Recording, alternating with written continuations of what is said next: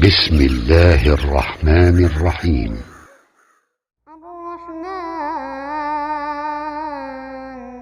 علم القرآن خلق الإنسان علمه البيان الشمس والقمر بحسبان والنجم والشجر يسجدان والسماء رفعها ووضع الميزان